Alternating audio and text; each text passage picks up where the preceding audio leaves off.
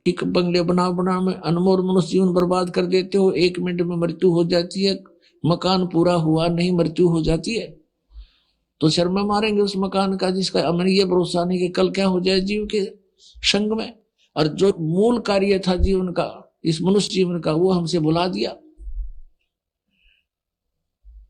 एक फिर ऐसा माहौल बना दिया काल भगवान ने, आप देखते हो कहीं पर कोई ताश खेल कर अपना जीवन नाश कर रहा है, इतने अनमोल जीवन को, इतने अनमोल जीवन को, और बांके बाड़े खो रहे हैं बगैर ज्ञान के।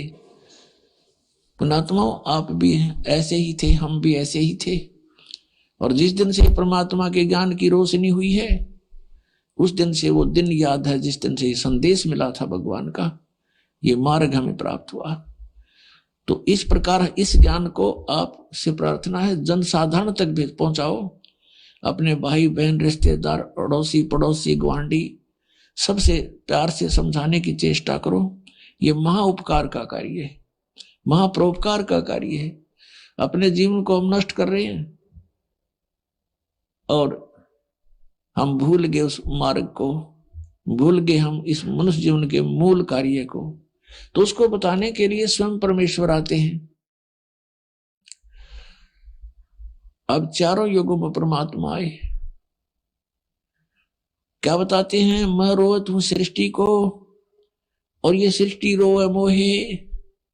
ये बूढ़ी आत्मा जब दुखी होती है, किसी का पुत्र मर जाता है, किसी की पुत्री विधवा हो जाती है, किसी का और ना जाने कितने प्रकार की आपदाएं शरीर पर आ जाती हैं, तो फिर ये भगवान की खोज करते हैं। और काल ने जगह जगह अपने दूत एजेंट बना दिए, बैठा दिए, जिनके पास कोई भक्ति नहीं, कोई पावर नहीं कि वो किसी संस्कार को बदल सके, कोई प्रारब्ध कर्म का नाश कर सके। तो उन संतों के पास भटक कर ये प्राणी आखिर में मृत्यु को प्राप्त हो जाता है, क्योंकि उनके पास वो मंत्र नहीं है, उनके पास उस परमात्मा की पावर नहीं है जो हमारे प्रारब्ध में आए हुए संकटों का नाश कर सके। इसलिए इन्होंने अपना अज्ञान विधान बना दिया कि परमात्मा पाप नाश नहीं कर सकता, क्योंकि इनके द्वारा की गई उपासना से वो लाभ मिला नहीं। जिस कारण से इन्होंने अपने अज्ञान सोच शास्त्र विरुद्ध ज्ञान से भर दिए, अन्य अपने उपनिषद बनाकर अपने सोच की, अपने अनुभव की पुस्तकें बनाकर समाज में फीड कर दी और कह दिया कि वेदों और गीता और पुराणों के आधार से हमने इनको रचा है। बोली जनता ने उनको महाविद्वान मानकर संस्कृत के ज्ञाताओं को, और ये जान लिया कि इसमें जो लिखा वेदों वाला ही ज्ञान है।